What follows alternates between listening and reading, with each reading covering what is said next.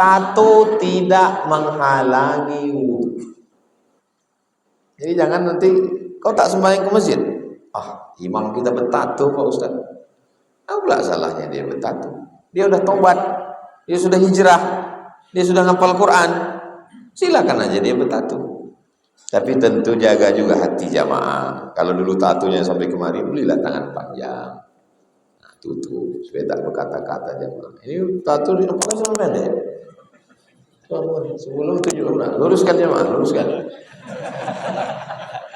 Jaga juga hati. Ayah saya sholat 5 waktunya masih bolong.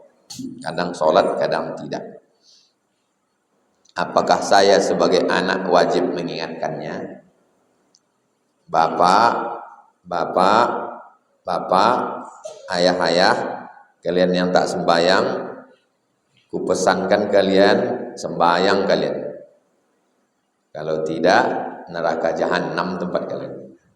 Sembahyang kalian Pak.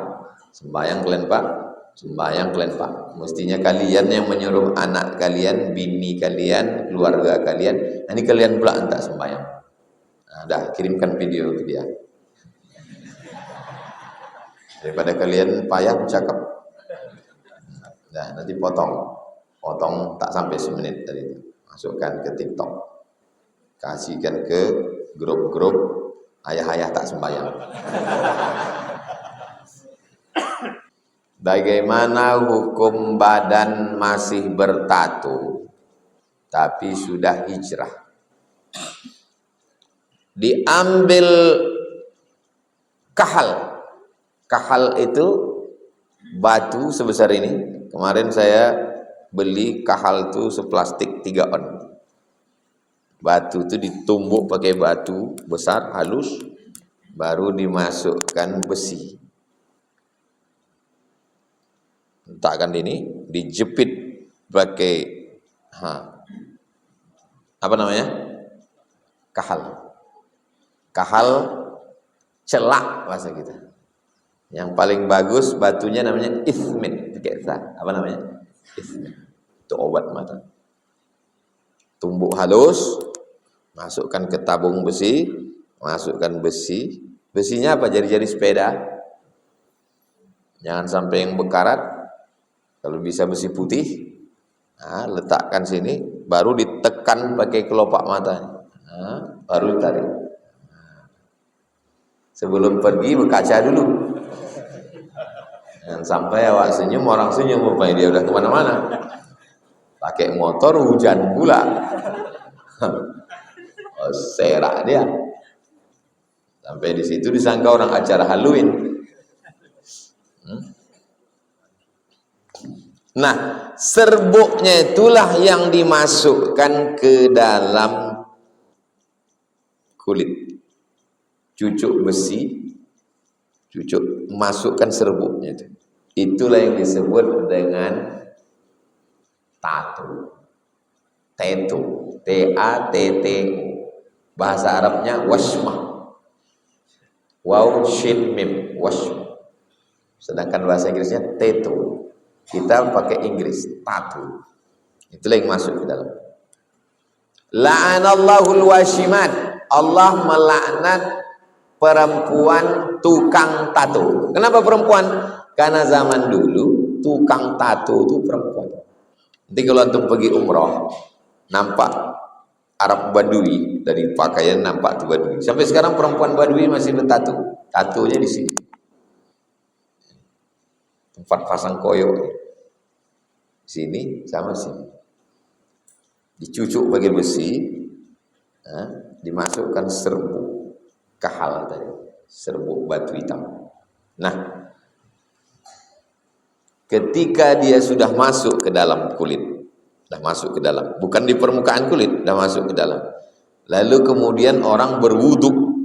Apakah wuduknya sampai ke kulit? Sampai. Tato tidak menghalangi wudhu. Jadi jangan nanti kau tak sembahyang ke masjid. Imam kita bertato Pak Ustaz. Apa salahnya dia bertato? Dia udah tobat, dia sudah hijrah, dia sudah ngapal Quran. Silakan aja dia bertato. Tapi tentu jaga juga hati jamaah. Kalau dulu tatunya sampai kemari, belilah tangan panjang. Nah, tutup supaya tak berkata-kata jamaah. Ini tatu di depan sama pendek. Sebelum 7 bulan, luruskan jamaah, luruskan. Jaga juga hati. Jadi intinya tato tidak menghalangi air wudhu, kecuali tatonya stiker plastik diletakkan sini, habis itu ditarik, melekat dia di atas, tak masuk air wudhu. Kukunya hitam Pak Ustaz, tengok dulu kenapa kukunya hitam. Hitam karena black henna. Black henna bukan di atas kuku, black henna itu masuk ke kuku, tidak menghalangi wudhu. Yang menghalangi wudhu itu kutek plastik yang dioleskan cat, itu yang menghalangi. Tapi ada juga yang ketiga, tidak kutek, tidak black henna, apa? Daki. Kuteknya di ujung aja.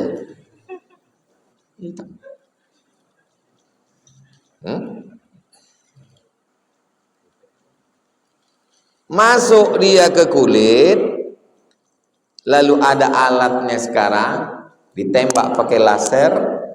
Tembak pertama abu-abu, tembak kedua hilang sama sekali. Seandainya dia tidak mau buang, tak apa. Jadi beberapa yang sudah hijrah nanya, Ustaz, ini saya buang atau saya biarkan? Ya terserah, nyamannya gimana? Nyamannya saya buanglah Pak Ustaz. Pergi ke tempat tembak. Saya Pak Ustaz nggak mau saya buang, saya biarkan aja, biar bebas parkir, biar kalau ada acara kenduri nggak ngantri kita Pak Ustaz, biar agak segan sedikit orang. Bagus. Ke masjid tengok orang, tengok dia bertatu aja ke masjid, kau baru satu-satunya tatu lah, itu pun mau niru Rano Karno.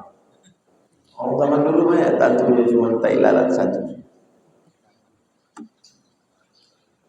itu pun udah kabur pula. Bagaimana hukum badan masih bertato tapi sudah hijrah?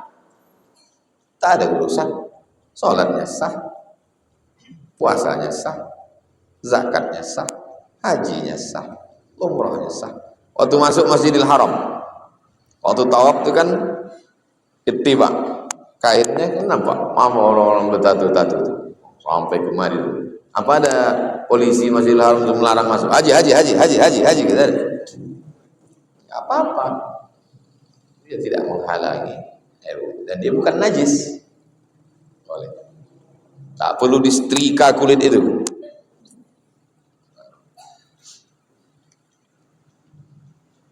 Ini tato yang ini mesti saya setrika nih Pak Ustaz. Kenapa? Mantan pacar sudah jadi bini orang.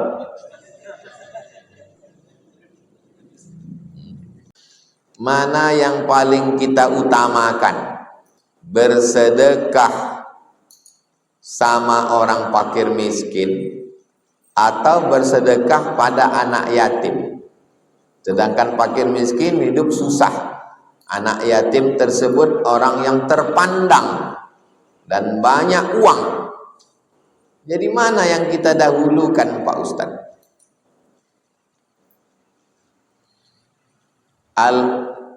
Al-sadaqah ala qadril hajah, bersedekah itu sesuai dengan hajat. Bersedekah sesuai dengan hajat. Orang lapar, kasih makan. Orang tak berbaju, kasih baju. Anak yatim, sawit bapaknya luas, kebun gotahnya banyak,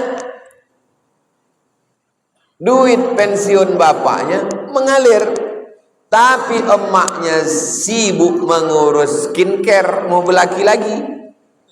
Sampai anak ini tidak ada guru ngaji, tak mengaji budak nih. Maka untuk anak yatim bukan dikasih beras, tapi dikasih voucher. Voucher ngaji gratis 12 bulan. Potong 2 vouchernya, ke dia 1, ke Ustadz Imam Masjid Al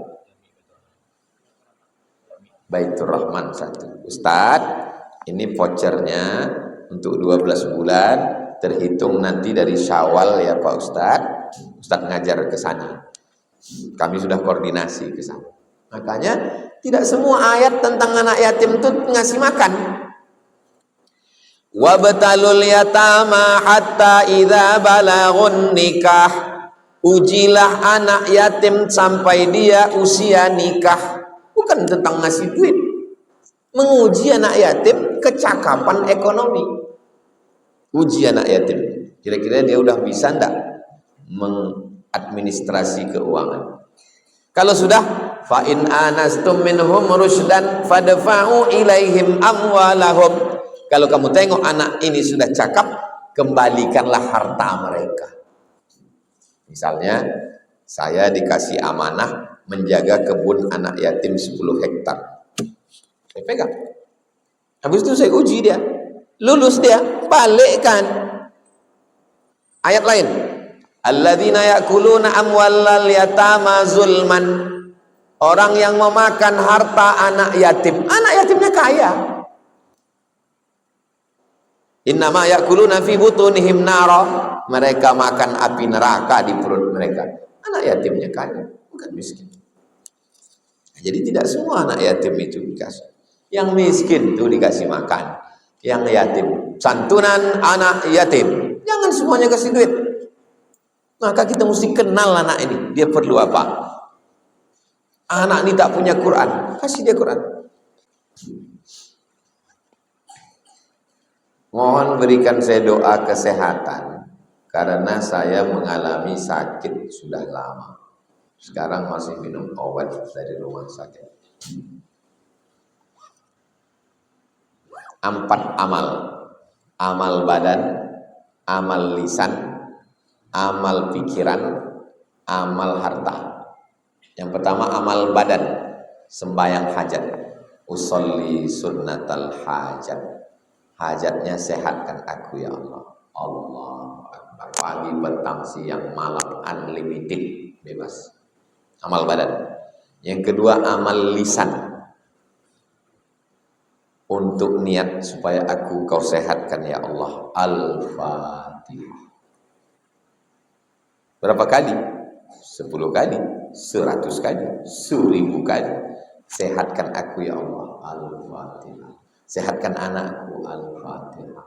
Sehatkan lakiku. Al-Fatihah. Sehatkan jamaahku. Al-Fatihah. Bertawassul dengan amal Fatihah. Amal pikiran. Yang jahat ini pikiran. Kolesterol tak jahat. Gula tak jahat. Yang jahat ini pikiran. Maka yang banyak sakit itu orang yang punya pikiran. Makanya orang gila sehat. Karena tak ada pikiran. Ada seorang suami minta kusuk sama bininya. Karena pikiran dikusuk. Terus ditanya bininya. Bininya bertanya, abang dulu sebelum nikah siapa yang ngusuk bang? Kata dia, aku sebelum nikah tak pernah sakit kepalaku.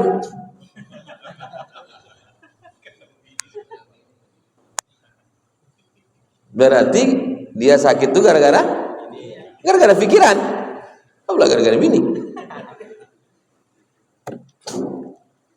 Naik asam lambung, naik diabetes, naik gula darah, naik kolesterol gara-gara pikiran. Maka tenangkan pikiran. Dengan apa? Bahwa ini takdir Allah 50.000 tahun sebelum Allah menciptakan langit dan bumi. Allah sudah pikirkan itu, teruskan itu untuk menghantam pikiran ini supaya dia jangan kemana-mana. Amal badan udah, amal lisan udah, amal pikiran udah. Sekarang amal harta, bersedekah. Ya Allah, berkat sedekahku ini sehatkanlah aku. Aku tak banyak duit Pak Ustaz, belikan pergi ke pangkal jalan Kamboja nih kalau sore, belikan sebungkus sirup 2 bungkus, antarkan ke rumah anak yatim. Buka puasa nanti ya, habis itu berdoa. Ya Allah, berkat sedekahku ini sehatkan aku. Dari mana dalilnya nih? Amalan yang Ustaz kasih di mana dalilnya? Dalilnya 3 orang terjebak dalam gua.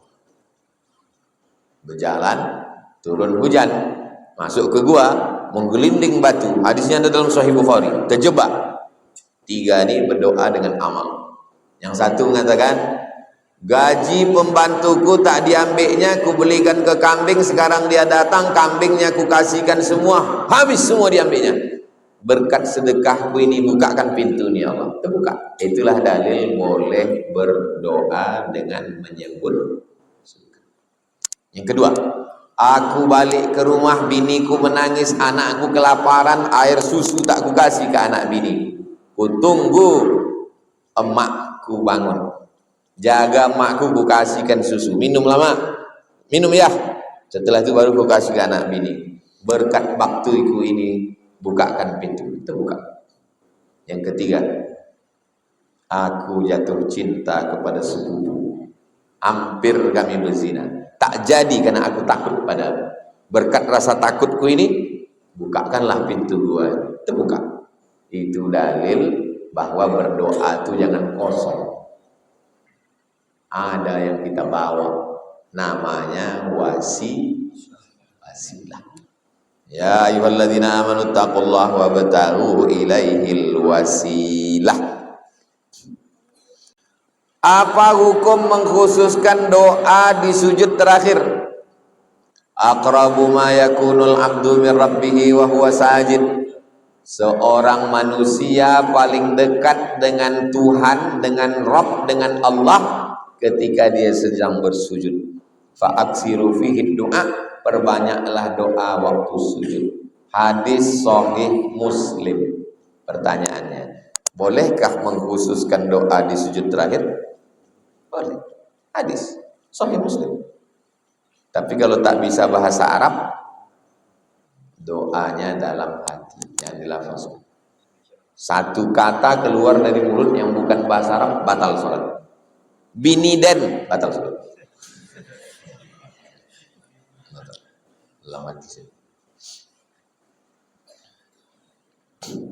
Kalau bahasa Arab, Pak Ustaz, boleh.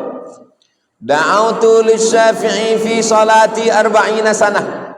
Kata Imam Hambali, Imam Ahmad bin Hambal, aku mendoakan Syafi'i dalam sembahyangku 40 tahun. Bunyi doanya, Rabbil firli wali walidayya wali Muhammad bin Idris Asy-Syafi'i. Ampunkan dosaku, ampunkan dosa mak ayahku, ampunkan dosa guruku Imam Syafi'i. 40 tahun. Boleh, sah. Kalau tak sah, batallah sholat Imam Hambali. Di mana itu Pak Ustadz bisa kami tengok? Dalam Manaqib Imam Syafi'i. Manaqib itu buku biografi. Jadi kalau ada orang ngundang, datang ya besok acara Manaqib.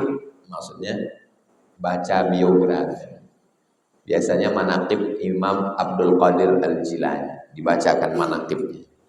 Itu namanya acara Manaqib. Apakah ada dampak dengan rezeki? At-taibu minadz-dzambi kama la dzambalah. Orang yang bertaubat kama la dzambalah, sama macam orang yang sudah tak ada dosa sama sekali. Tak ada dosa.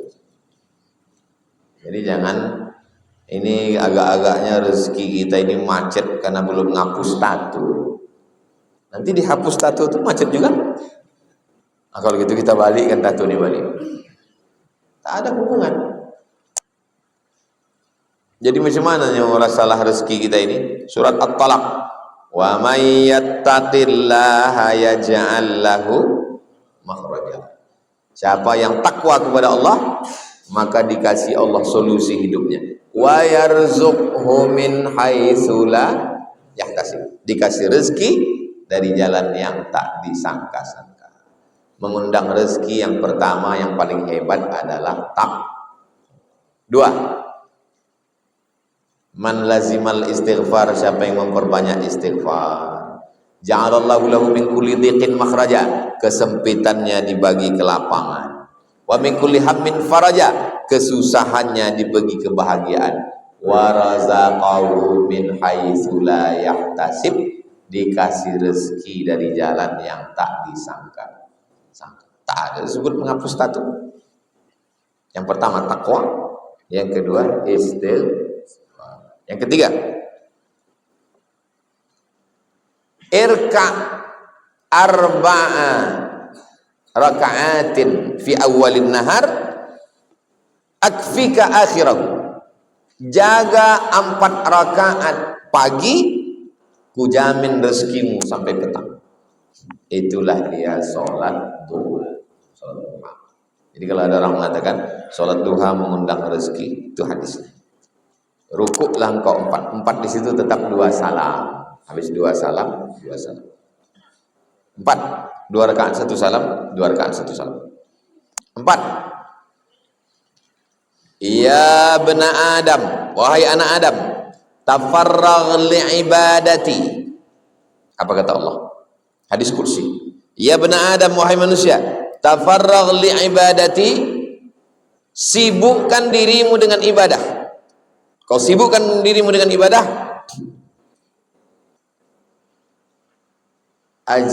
ja'altu fi sadrika ghinan, kuat hatimu merasa cukup, wa asuddu faqra, kututupi segala kebutuhan, wa illa taf'al, tapi kalau kau tidak menyibukkan dirimu dengan ibadah, maka Allah jadikan kita sibuk tak tentu arah, walam asudda faqra, tapi kefakiranmu tetap tidak aku tutupi. Sibuk ke sana, sibuk ke sana, tetap juga kurang. 5. Man syaghalahu zikri an mas'alati, siapa yang sibuk berzikir mengingat aku sampai lupa berdoa. Saking sibuknya berzikir sampai lupa berdoa. Kau ada berdoa? Aku udah sibuk kali zikir tapi tak sempat lagi berdoa. A'taituhu afdal ma u'tis sa'ilin, aku berikan kepada dia lebih utama, lebih hebat daripada yang diminta orang berdoa. Sibukkan aja diri antum dengan zikir. Subhanallah wa bihamdihi, subhanallahil azim, subhanallah wa bihamdihi, subhanallah. Terserah zikirnya apa. Afdalul zikri fa'lam annahu la ilaha illallah, la ilaha illallah. Sibuk dengan zikir, ku kasih engkau lebih utama daripada yang diminta orang berdoa. Tapi jangan gara-gara ini antum tak berdoa, tetap berdoa. Malam tadi saya balas komentar tentang kredit syar'i. Dia bilang kredit syar'i jika terlambat ada uang tahzirnya, hukum keterlambatan, uangnya untuk kemaslahatan umat. Apakah boleh kredit syar'i pakai tahzir jika terlambat? Tahzir, peringatan, attention, denda. Karena kalau tidak didenda, orang nanti terlambat semua bayar. Beda bank syariah dengan bank konvensional. Bank konvensional kalau kau terlambat bayar denda, dendanya dibagi kepada semua nasabah. Itulah riba itu. Sedangkan bank syariah tetap ada denda, dendanya untuk maslahah ammah, kepentingan umum, untuk jalan, untuk jembatan, untuk panti jompo, bukan dinikmati personal, tapi untuk masalih ammah, kepentingan umum. Itu boleh menurut syariat Islam. Semua permasalahan bank syariah dikeluarkan fatwanya melalui DSN, Dewan Syariah Nasional. Semua bank mesti ada 3 orang DSN, Dewan Syariah Nasional, mengeluarkan fatwa. Di bank itu ada namanya DPS, Dewan Pengawas Syariah. Itulah maka orang berlomba-lomba masuk fakultas syariah jurusan muamalah ekonomi, karena nanti tamat mau jadi DPS, Dewan Pengawas Syariah. Kau kuliah di mana? Fakultas Syariah. Jurusan Ekonomi Syariah. Oh, mau jadi pengawas ya? Enggak, mau nikah sama pengawas. Apakah istri dan anak yang tidak taat kepada Allah, dosa dan tanggung jawabnya di akhirat jadi tanggungan suami? Selangkah kaki suami masuk ke surga, selangkah kakinya tertinggal di neraka. Gara-gara tidak mengurus rambut istri, rambut anak perempuan pacaran, anak perempuan buka aurat. Mati suami, meninggal.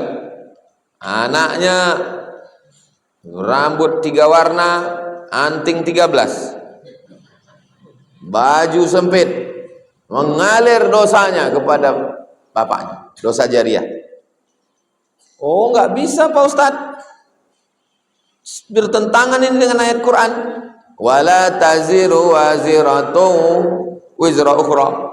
Orang tidak menanggung dosa orang lain. Dosa anak ya dosa anak, dosa bapak ya dosa bapak. Kenapa bapaknya dapat? Bapaknya dapat karena tidak mendidik. Dosa tak mendidik. Tapi kalau anak ini sudah dimasukkannya ke pesantren, sudah dididiknya, sudah diajarnya, bininya pun sudah dinasehatinya, dipanggilkannya guru mengaji, tak juga sampai dia mati, maka lepas tanggung jawab dia di hadapan Allah Subhanahu wa taala. Karena kita ini wa alil insani illa ma sa'a. Manusia hanya mendapatkan apa yang dia lakukan. Dosa saya ya saya tanggung sendiri, dosa anak bini saya ya tanggung masing-masing. Tapi karena saya tidak mengajar, tidak mendidik, tidak menegah, tidak menyuruh, tidak melarang, mereka menjadi jahat, nauzubillah, itulah yang menyebabkan dosa. Tapi kalau udah dinasehati, dipanggilkan ustadz mengaji, dibuatkan acara pengajian keluarga, arisan dibuatkan pengajian, maka kita sudah lepas di hadapan Allah. La yukallifullahu nafsan illa wus'aha. Jelas? Jadi kalau ada ustadz yang mengatakan mengalir dosanya, betul. Kalau dia tidak mendidik, tak mengajar.